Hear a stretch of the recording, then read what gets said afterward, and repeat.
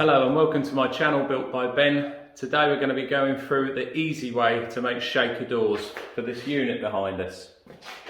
Okay, so our carcass size is 1066 wide by 538 tall. So all we want to do for that is take 2mm off of each size. So we want 1064 by 536. So we want the bottom of the doors to line up exactly with the bottom of the carcasses anyway, so we don't need to allow anything there. All we want is 2mm just clearance so that it comes past the worktop nicely. And then the 1064, all we're doing there is just taking 2mm off, which is 1mm off of each end. And by the time you've taken it off of all three, there'll be a nice little 2mm gap down the middle of all of them.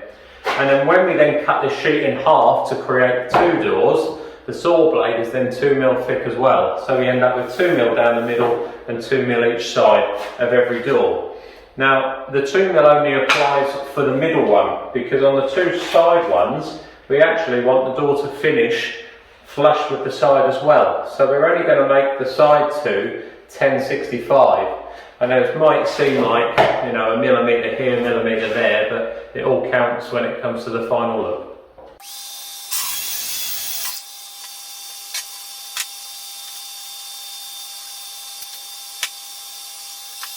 Okay, so we've cut that square. We're just going to try it.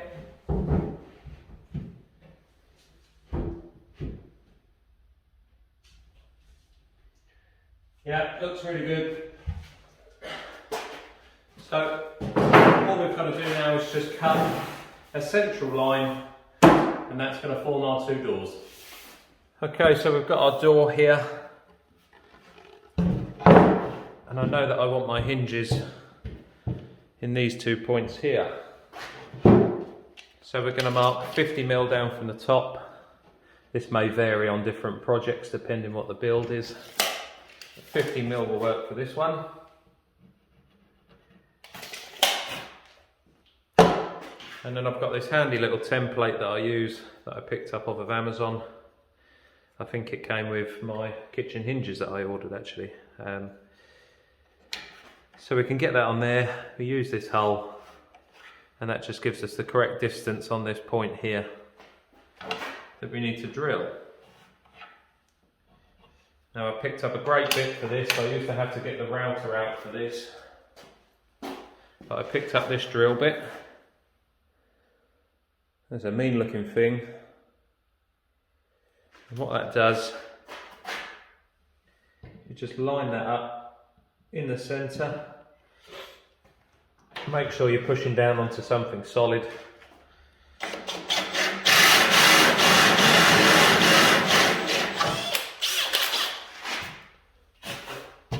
And that's that. And I'll just grab a hinge. So I'm using some Hayfully ones, which I quite like actually. They've got a nice little adjustment on the base plate here for height, which on the normal ones you just have to unscrew these and sort of manually move them up, but this little screw here actually moves the two plates separately and gives you that height adjustment on the door without sort of trying to jack it up manually. So it's a really nice system, I like it. This is your kitchen hinge. That just pops into that hole there. And then all we're doing is just taking two small screws, getting that roughly in line with where you want it. You just want it sitting sort of square on the back of the plate there. And we screw that down in place.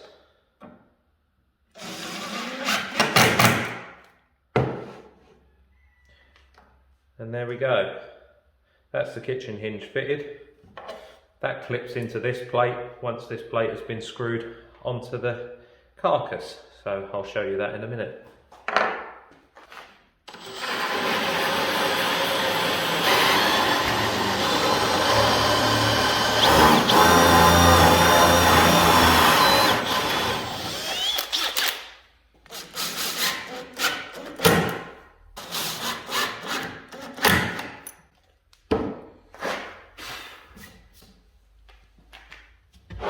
So we've got our door. that to hang on there. So all I do at this point is I just offer the door up. Don't have to be too spot on with this bit, but I just try and mark the centre of that hinge and the centre of that hinge. Your receiver plate will then sit in line with that at each point.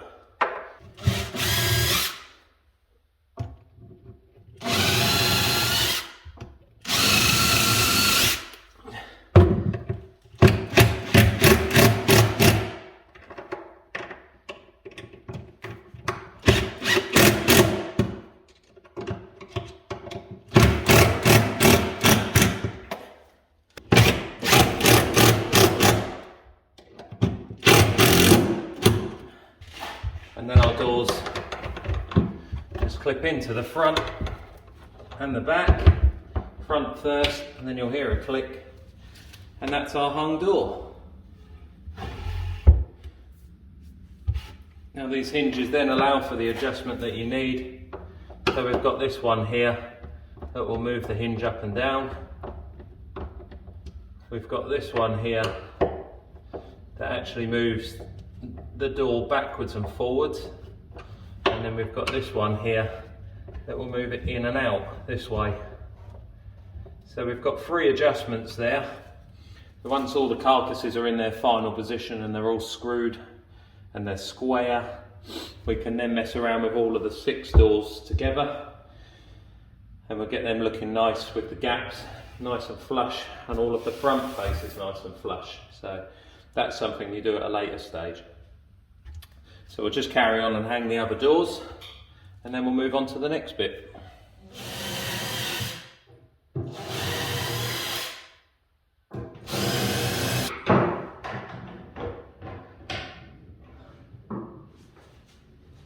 Okay, so that's the door hanging part done.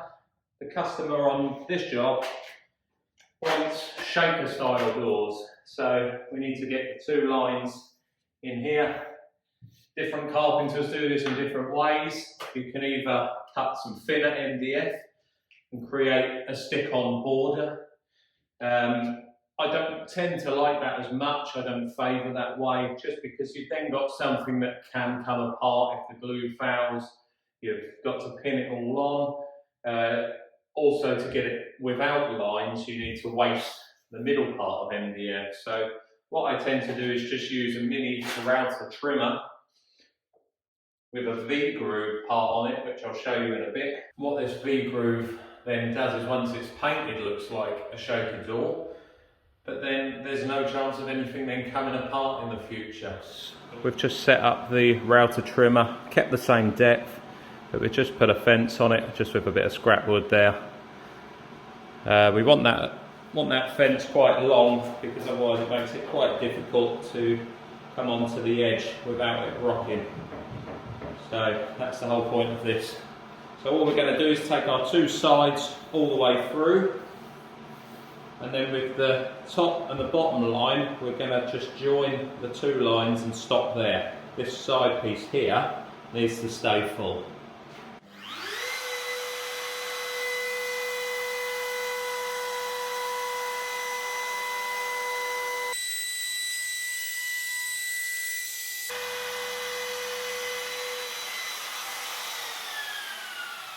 So we're going to start this one just above the surface, but you still want to be reasonably safe with it. We don't want to start it up here and then try and wobble it in. So we're just going to start.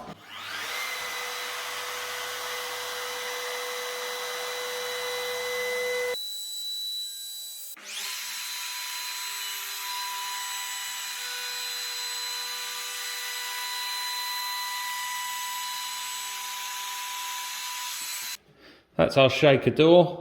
So we'll just do the other 5, and then we'll get them all hung again.